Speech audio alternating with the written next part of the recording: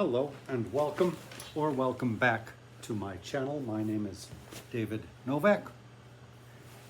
So this is a response video of sorts. Brian at Bookish started it with a video titled The 10 Books Which Made Me. And then this morning I saw a video which Pat at Book Chat with Pat did. And in the videos, they talk about the books which sort of made them who they are today. And I really enjoyed hearing both Brian and Pat talk about their journeys. I think this is a theme which has come up in different ways in BookTube, and I thought I would like to participate, but in my case there are no 10 books that I can point to. Pardon me, I have a catch in my throat.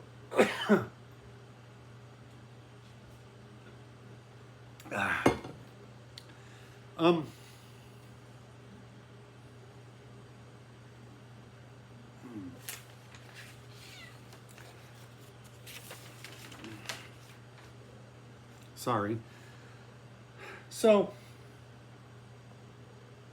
I'm going to talk about more than 10 books, but I'm probably not going to go into much detail. When it comes down to books that made me, there really would only be 3. Last year, there was a Thanksgiving tag or a very small one if it was, or something going around, and I did a short, less than a minute video in which I showed my 3 books, and I will show those again. And again, I'm not sure how much one can say they made me, but I really enjoyed hearing everybody talk about their early experiences with reading. And so I'm going to do something of the same, although I'm not going to focus on poetry. I think I have done a video in which I talked about poetry, and I am sure that I could, in light of these videos, expound upon it in a different way, but I fear a lot would be duplication of that, and it's not really where I want to move with this. I would say poetry has had much greater of an impact on me than prose, but I have read prose throughout my life. I was never a strong reader until 2.5 nearing 3 years ago now, when I decided to really make a concerted effort to become one. And so I will try to take you every step of the way.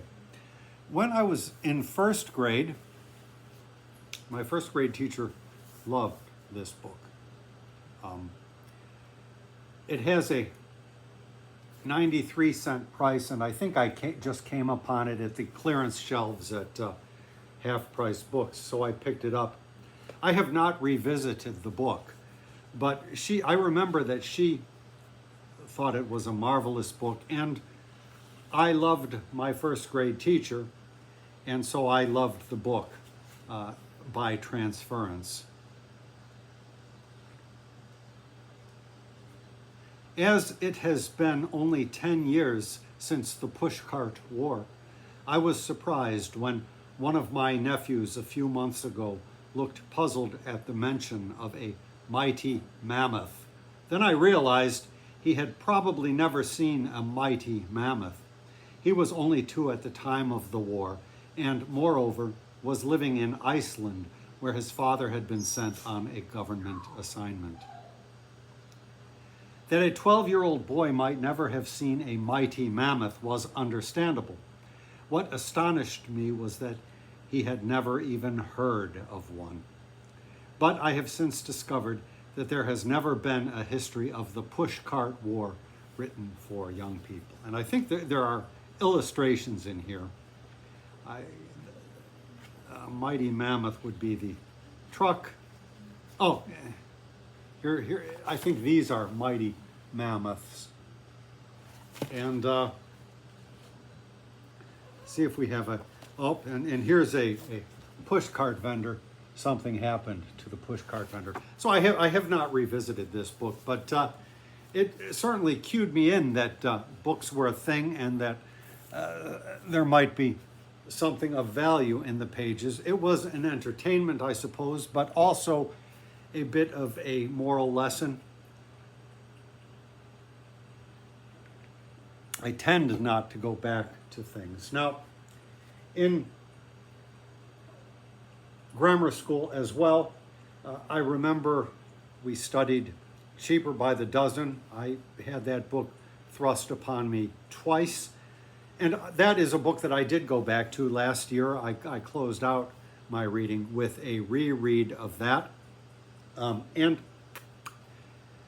I can't say that it was raised in my estimation. I did not especially love the book, but it wasn't as bad as I thought it would be either. But I don't have it to show you. I think I've gotten rid of it. And another book that I remember in sixth grade particularly, my teacher liked to occasionally, well, sixth grade was a combined effort between three teachers, and one of our teachers liked to occasionally read a book aloud to us. And the book which he read aloud was a biography of Houdini, the magician, Harry Houdini. And I don't know what I was going to say. Sorry. This is the way it is at my channel. Other people edit these things out. You have to suffer through my lapses. But I don't think any of those books really made me a reader or thrust me into becoming a reader. Independently of school, there were things. My mother very much encouraged reading among her children, and my sister was a very strong reader. And I remember reading, probably first of all among series The Boxcar Children, which I loved the first one, and then of course you grew to know the characters. The illustrations were marvelous silhouettes. I think they've since been rewritten and repackaged, but those original editions were very nice. On my own, canoodling around with a friend on our bicycles, we picked out of the garbage a volume of the Brains Benton series. This was a 6-volume set of a boy detective, and I and my sister both liked it, and we set about and somehow collected the entire 6 volumes. I thought I still had them, but apparently I don't. And that led, well, I can't say it led, but something similar to that was Alfred Hitchcock and the Three Investigators. That has since become something else. Alfred Hitchcock and the Three Investigators was an inferior series to the Brains Benton, sadly. And I did recognize that at the time, but nevertheless, I still liked the Three Investigators. I think with the Three Investigators, I collected them, and I may have missed one here or there. That later took me into a little bit of reading of mysteries, but I fell out of that habit. Other books from that time that I liked were Encyclopedia Brown and The Mad Scientist Club. Now, Encyclopedia Brown was by Donald J. Sobol, and I believe Brian in another video at the channel Bookish talked about Encyclopedia Brown, unless it was a different booktuber, which is possible, and how much he liked those stories. I think I was there really at the advent of Encyclopedia Brown, and I liked those stories, but I was not in love with them particularly. And prior to that, I had read, there were a couple of volumes of 2-minute mysteries, also by Donald J. Sobel. And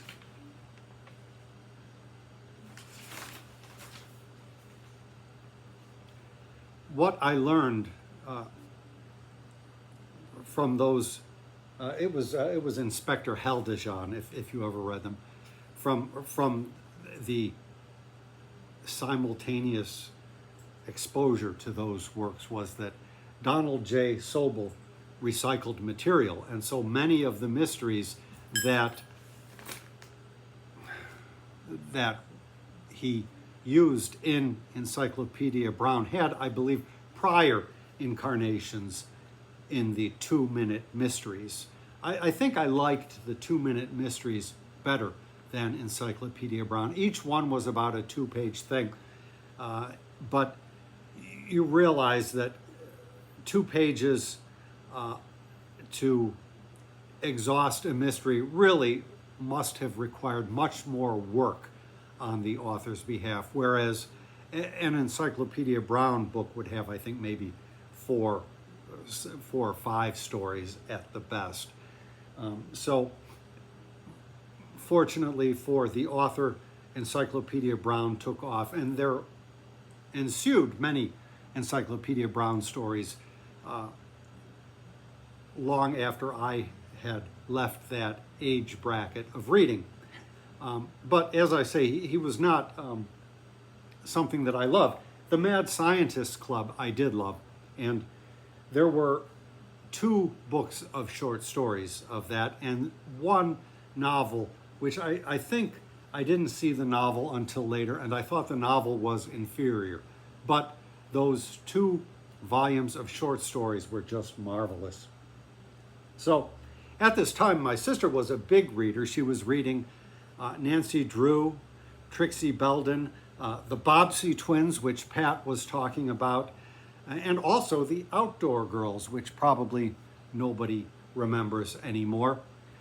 I had 1 volume of the Hardy Boys, and I had 1 volume which was a 3-in-1 of the Hardy Boys, but for some reason I never liked the Hardy Boys very much. The 3 Investigators, yes, Brains Benton, yes, but not the Hardy Boys. They just did not appeal to me. So in high school, we read Catcher in the Rye and the Odyssey. I hated the Catcher in the Rye, and the Odyssey I liked well enough. It was with a teacher that I've talked about elsewhere. It was not the best learning experience, her class, although she left her mark, let's say.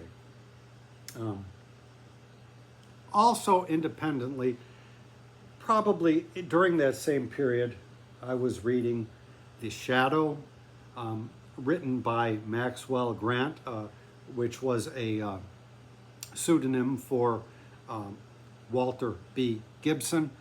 He was a pulp character from the golden age of pulps, and I loved The Shadow. Michael K. Vaughan did a video a couple of years ago now where he talked about his Shadow collection. He had found somebody on eBay selling the whole set. I think there were about 20 or so that were reprinted when I was young. And he bought them for a song. I think in the video he tells you what it was, and was intending to read through the series. So after I watched that video, because I really wanted to read Shadow #1 again, and the prices were just astronomical. They were crazy. They were all over the place, and then you could only find this or that book. But I looked for the complete set, and I found the exact situation which he described, somebody selling the complete set in very good condition in plastic or something for a song again, and I thought hard about it. I thought as hard as William Stafford did before he pushed that animal into the cavern. And I decided not to go with it. I, as a rule, do not go back to things. That's just been an organizing principle for my life. As I say, I went back to Cheaper by the Dozen last year, and I'm glad I did, but I don't know that it, while some positive things came out of it, I don't think enough did to call for a revision of that personal rule.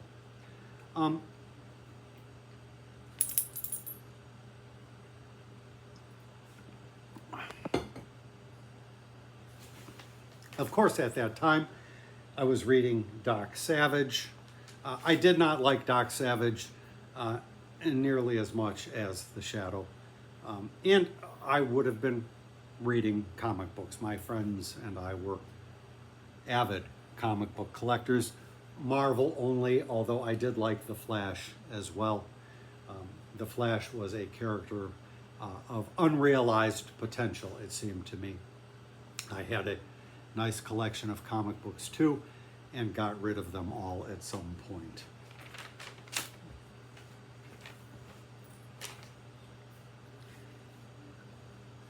It might have been around that time that I was reading Sherlock Holmes quite a bit, and I liked Sherlock Holmes immensely. So much so that I read the volume that Arthur Conan Doyle's son put together. I think Adrian Conan Doyle with John Dickinson Carr or somebody. Didn't like it as much. I read The 7% Solution. Was it Nicholas Meyer? That was a very popular thing at the time. And I read Solar Ponds. Now, Solar Ponds was a Sherlock Holmes pastiche done by August Derleth. And I liked those very much. There were a few editions of those which came out. At the time, I knew nothing of August Derleth's reprehensible other activities in life. And so I would certainly never go back to anything by him. This is a case of do you separate the author from their works? Well, in this case, I would not. I would put him under my perpetual anathema because of what he did, but I won't go into that.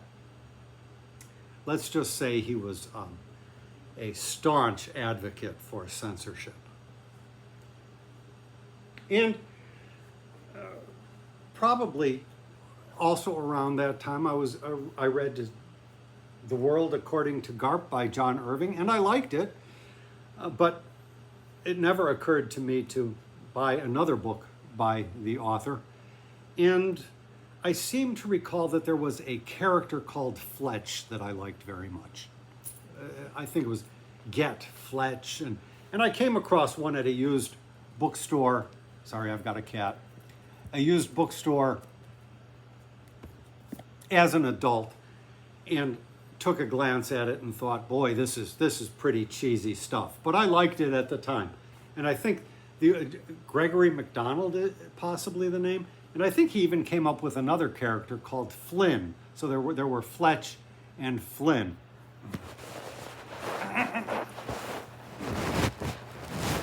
Sorry. Oh, sorry that you got a big butthole there. So now let us move on.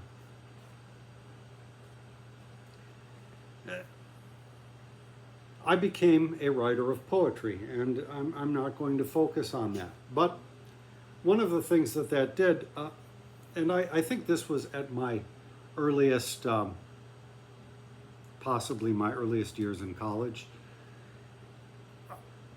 I realized that I was serious about poetry, and then I told myself, well, I'd better become literate.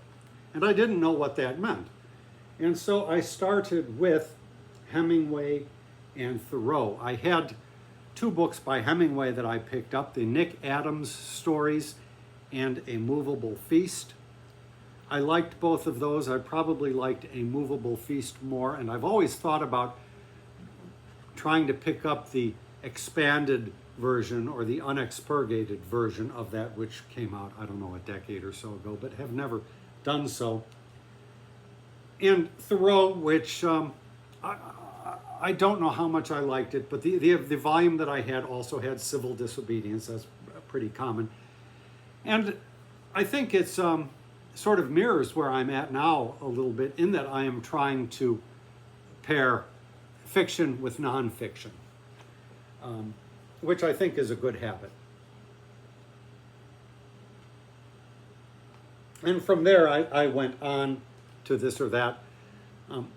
Independently of that impulse, probably a little bit before that, just on my own, I had found Kafka. I think the Trial was the first one I saw. Then I got The Castle, and Kafka was very important to me. So, in my college years, I was part of a poetry group. One member of that poetry group was a friend who became somewhat of a mentor. I say became, probably began as something of a mentor.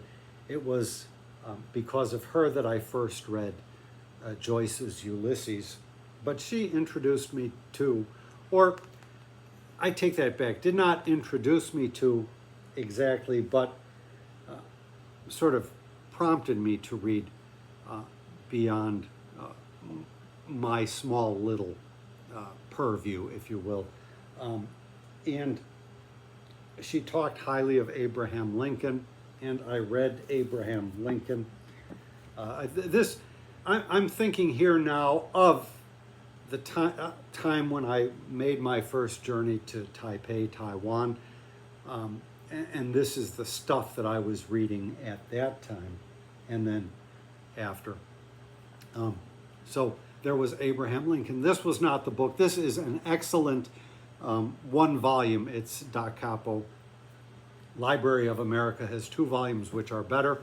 Would that their 2 volumes were a little bit more than that, because I have seen other things. But I had a little smaller 1 volume, and still have somewhere. And I also was heavy into Carl Jung, the psychologist. Read a lot by Carl Jung. At some point, I feel I graduated from Carl Jung and left him behind, but he taught me some very important lessons, and I think I jotted some of them down in a little notebook, which probably exists somewhere. I was looking for wisdom, looking for guidance, and one of them I remember, almost something like you might expect from a Lincoln, something about the importance of one's attitude in approaching the various vicissitudes and conundrums which one encounters in life. But as I say, that was ultimately a cul-de-sac for me. I never went on, but I did read substantially with Jung. And I should also mention my mentor from college also turned me on very early to James Baldwin.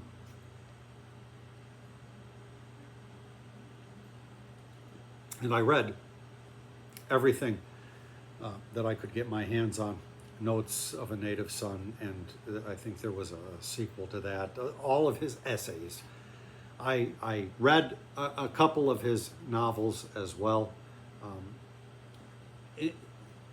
In Another Country, is it, or Another Country, and Giovanni's Room. I did not care for his novels so much. But his essays were a very important thing. So I would say Abraham Lincoln, Carl Jung, and James Baldwin are very important contributors to my intellectual, psychological, and spiritual makeup as I evolved as a human being. But the three books, or the three, well, yeah, it was something about three books that you are thankful for. I think that's what the tag was. And people went into some detail. And if I find it, I will link that little short video in the description box. But I started with Emily Dickinson. And here's a case where you might say it was an individual poem, Much Madness is Divinest Sense, but I have credited Emily Dickinson with having saved my life, and I did so in that short video. This is my first edition of Dickinson, which, unbeknownst to me at the time, was a volume which has the altered poems. Words were changed quite a bit here and there to regularize things. But in spite of that, and the punctuation was changed considerably also. But in spite of that, the spirit moves in here, and you have her letters, and you have the marvelous essay by Higginson, Thomas Wentworth Higginson, about his meeting with the poetess, about his actual whole encounter with Dickinson. So I've held on to it because of that. If I want one of her poems now, I go to my complete. But I thought I would show this to change things up a bit. And also, when quite young, I was introduced to Dante. Not in this. I first read him in the Dorothy Sayers edition, which my sister gifted me, as we would say now, volume 1 at least. I went on to the subsequent volumes on my own dime, so to speak. But so I started with Dorothy Sayers and then graduated for the second read with the Sinclair translation, which is a bilingual edition, which really is ideal. But this is very nice. I like Mark Musa's translation very much. I have not read this. I've read it here and there.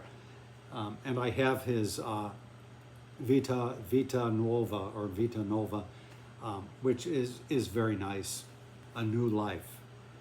And, oh, it's in here, okay. So this is really a marvelous edition. Yeah, Vita Nuova. So I did not read the Vita Nuova until later, but still somewhat young. But the comedy itself was a very important work because it kind of showed me a course wherein I might traverse life's vicissitudes. Somewhere in life, I came across something by Ezra Pound saying that the poet's end goal should be to write a big, epic poem. Ezra Pound was wrong, absolutely wrong, but that was an idea that was much current in the air at the time, and of course I did wind up writing a couple of long poems, not particularly inspired by what Ezra Pound counseled, but because I read Dante. And then the third